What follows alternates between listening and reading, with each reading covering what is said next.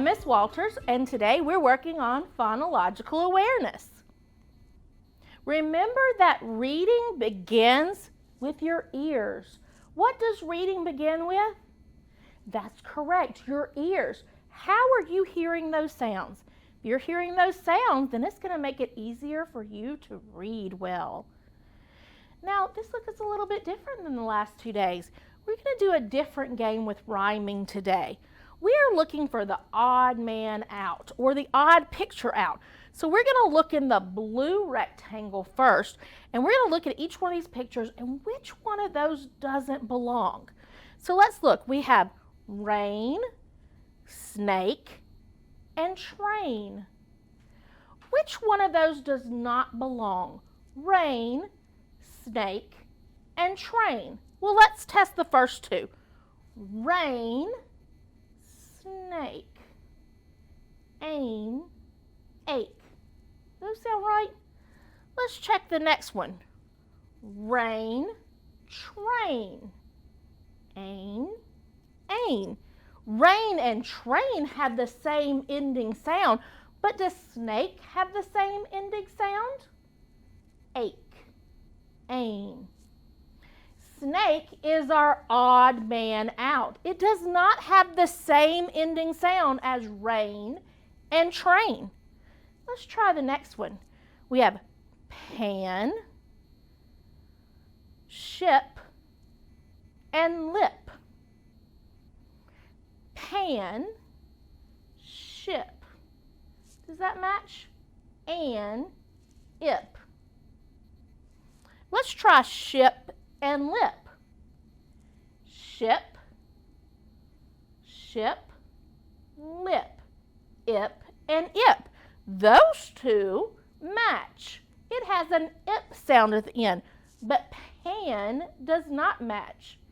An is not the same as ip. So those do not rhyme. Now we're going to work on our syllables. Remember that each syllable has one vowel sound. And the vowel is that letter that's in the middle of the word. We talked about that yesterday. And we had 5 vowels we talked about. A, E, I, O, and U. And they appear in the middle of those words. And we have 2 types of syllables. We have jelly bean words. Those are the ones we can take one bite out. It's easy to say that one syllable in that word. Then we have elephant words, and it could have 2, 3, 4, 5, sometimes even 6 syllables. So we have to take little small bites of those syllables. So let's look at some jelly bean words. This first picture we have sock. That's a jelly bean word because we can say the word sock in one bite. Sock. This next picture we have is rake.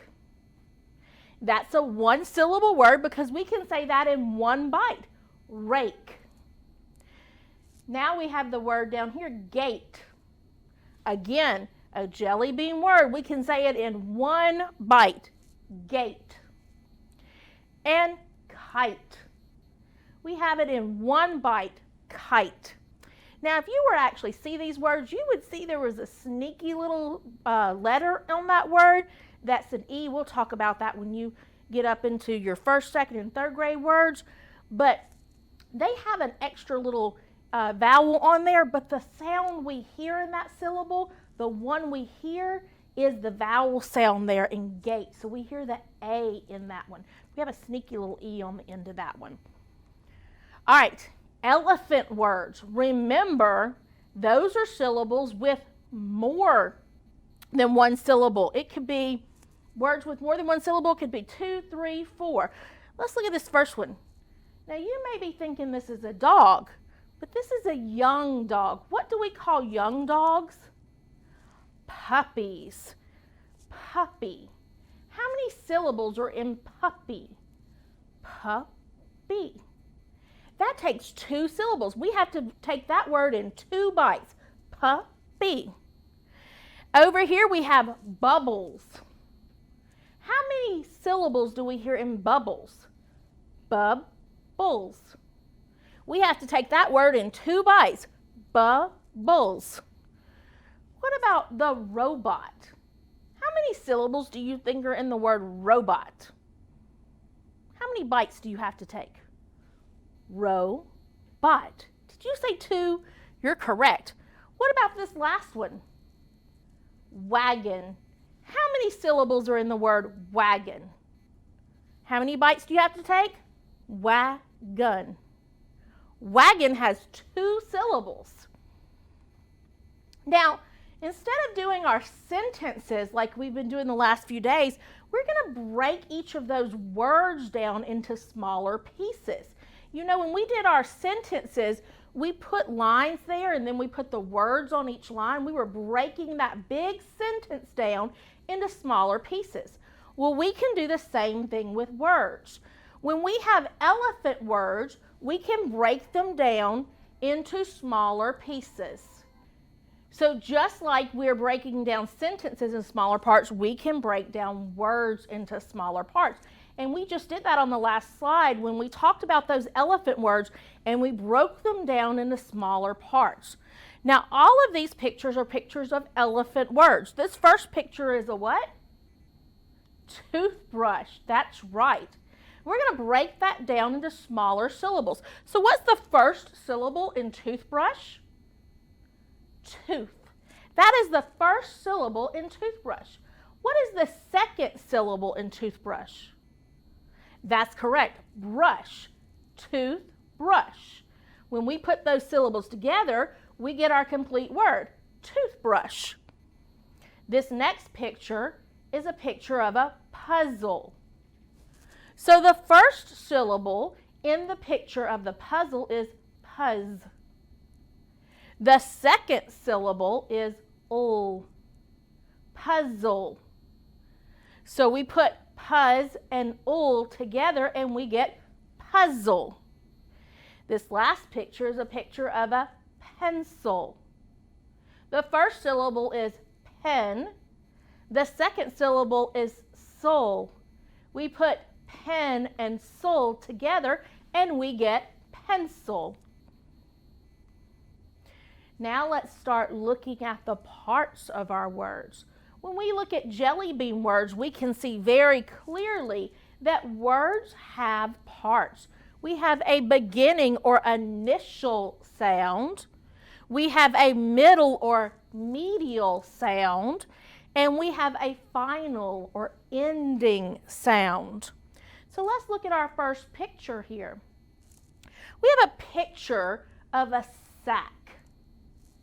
So what sound do we hear at the beginning of the word sack? Sack. Sack. What sound do you hear? What letter makes that sound? Did you say S? That's right. S begins the word sack.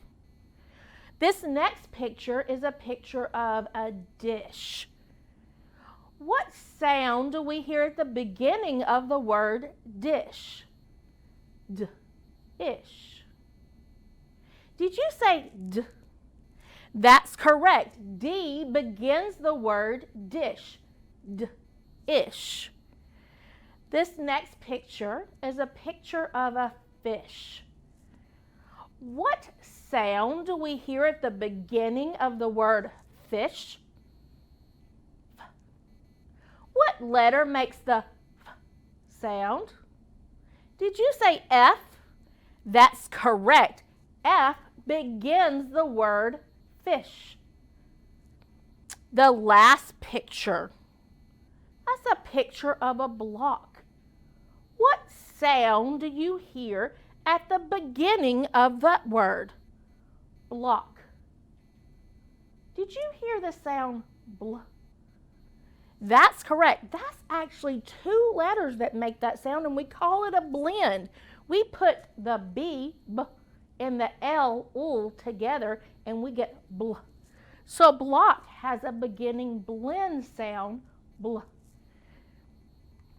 Now let's look at the middle. Remember yesterday we said the middle was made up of those vowel sounds, and each syllable has to have a vowel sound. So let's look and see what vowel sound is at the middle of each of these words. Let's start with sack. What vowel sound do we hear in the middle of the word sack? S-A-C, sack. What letter makes the A sound? Did you say A? That's correct. A is at the middle of the word sack. What about dish? What letter is in the middle of the word dish? I. Did you say I? That's correct. The vowel I is in the middle of the word dish. What about the word fish? What vowel sound do you hear in the middle of the word fish? F-I-sh. Did you say I again? That's correct. I is in the middle of the word fish. What about the word block? What vowel sound is in the middle of the word block? Block. Block. What letter makes the ah sound? Did you say O? That's correct. O says ah. That is the vowel sound in the middle of the word block. Now let's go to our final sounds. Let's look at the final sound for sack. S-A-C.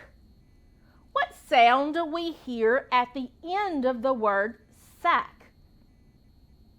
Did you say K? That's correct. But if you remember on our previous slides, it doesn't have a C or a K. It has a CK.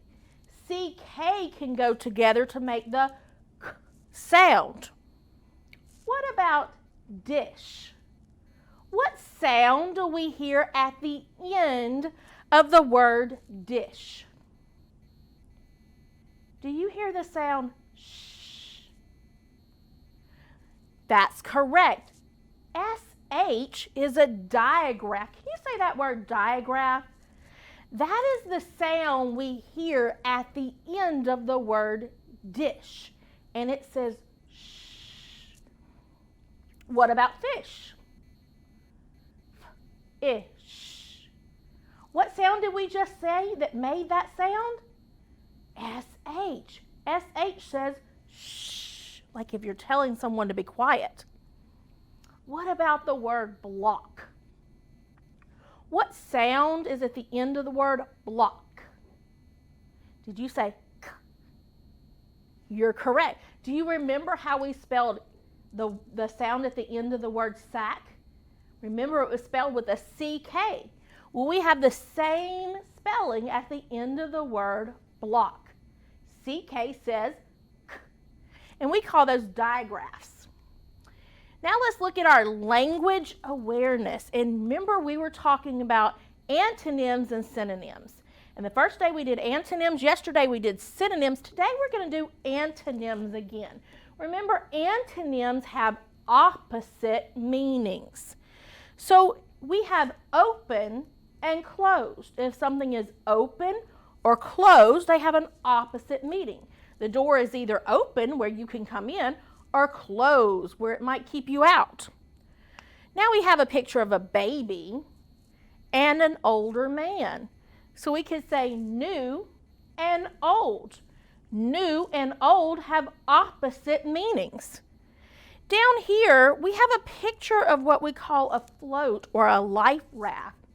And you might need one of these if your ship begins to sink. So float and sink are opposites. They have different meanings. So let's look at our riddle for today. Did you find a word that has the same sound as the beginning sound in the word fish? What letter makes that sound? That's right, the F makes that sound, fish. I have foot. Who has a word that begins with the letter like in the word ladybug? Ooh, 80 bug. What letter makes the ooh sound? Did you say L? I have a lion. It begins with the ooh sound, like in ladybug. Who has a word that begins with the r sound, like in robot? So I want you to look for a word that begins with the r sound, like in robot, and tell your teacher tomorrow what that word is. Great job today. See you tomorrow.